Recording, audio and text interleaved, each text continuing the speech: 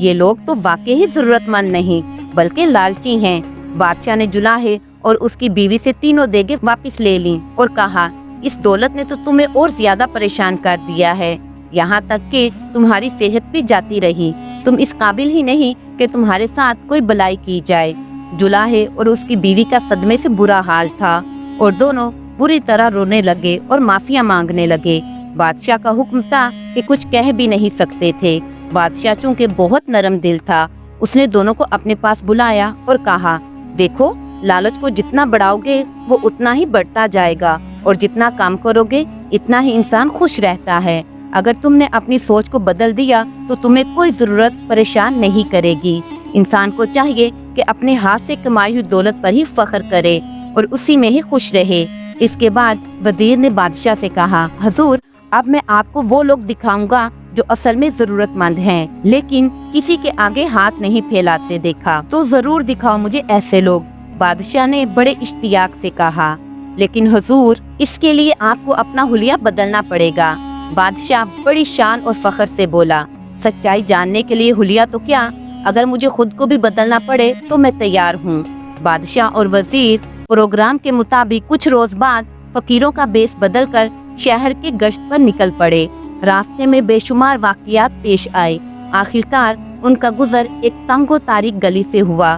ایک بوسیدہ سے مکان کے سامنے دونوں الگ ہو گئے اور صدا لگائی، ہے کوئی جو ہماری مدد کرے؟ ہم لوگ مسافر ہیں اور ہم لوگ بہت دور سے آئے ہیں اور بے سر و سامان ہیں۔ تھوڑی دیر بعد دروازہ کھلا اور پھٹے پرانے کپڑوں میں لپٹی ایک لڑکی نے پوچھا، بابا، آپ کون ہیں؟ ہم آپ کی کیا مدد کر سکتے ہیں؟ دونوں سچ مچ بہت تھکے ہوئے تھے۔ لڑکی نے خود ہی کہا کہ بابا اندر آ جائیے۔ دونوں اس کے ساتھ اندر چلے گئے۔ ایک کمرے پر مشتمل یہ ایک چھوٹا سا مکان تھا۔ ٹوٹی ہوئی چارپائی پڑی تھی، زمین پر رنگ برنگ کاغذ بکھرے پڑے تھے۔ دو لڑکیاں اور ایک عورت زمین پر بیٹھی ان کے پھول اور ہار بنا رہی تھیں۔ لڑکی نے بادشاہ اور وزیر جو اس وقت ایک فقیر کے حلیے میں تھے، ان دونوں کو پانی پلایا اور دال روٹی لا کر سامنے رکھ دی اور کہا، اس وقت یہی میسر ہے۔ دونوں نے تھوڑا سا کھانا کھایا اور پھر بادشاہ نے پوچھا، آپ یہ پھول اور ہار کیوں بنا رہی ہیں؟ عورت نے جواب دیا، بھائی صاحب، یہی ہماری روٹی روزی ہے۔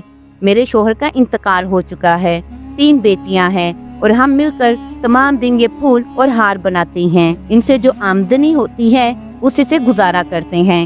خدا کا بڑا شکر ہے، سنا ہے کہ اس ملک کا بادشاہ بڑا ہی رحم دل ہے اور سخی بھی ہے، آپ ان سے مدد کیوں نہیں مانگتے؟ بادشاہ نے کہا، بادشاہ واقعی سخی اور رحم دل ہے، لیکن اس سے کیا ہوتا ہے؟ ہم لوگ فقیر تھوڑی ہیں جو جا کر اس سے بھیک مانگے۔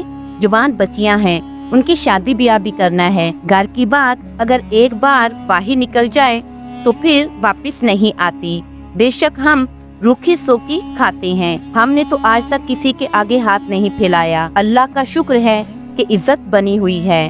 بادشاہ بڑے غور سے ہی عورت کی بات سنتا رہا، پھر بولا، لیکن اگر آپ بادشاہ کے پاس جا کر خاموشی سے مدد مانگے تو مجھے یقین ہے کہ وہ آپ کی مدد ضرور کرے گا اور کسی سے اس کا ذکر بھی نہیں کرے گا۔ عورت نے کہا، بزرگوار، ہماری عزت یہ گوارا نہیں کرتی کہ ہم پیسے کے لیے جائیں، اور کیوں کر جائیں ہم؟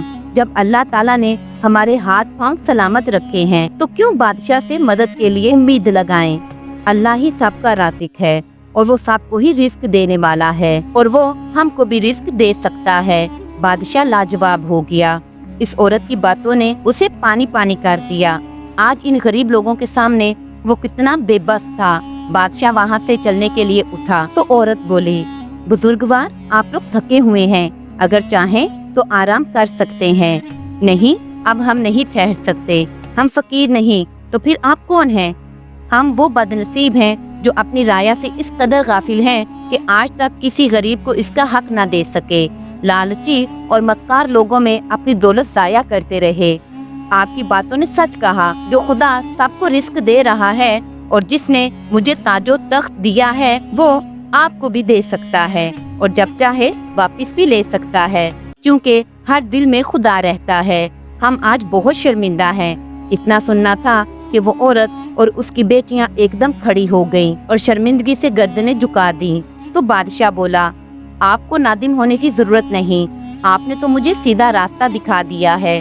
مجھے آپ پر فخر ہے۔ یہ کہہ کر بیٹیوں کے سروں پر شفقت سے ہاتھ پھیرا اور رخصت ہو گیا۔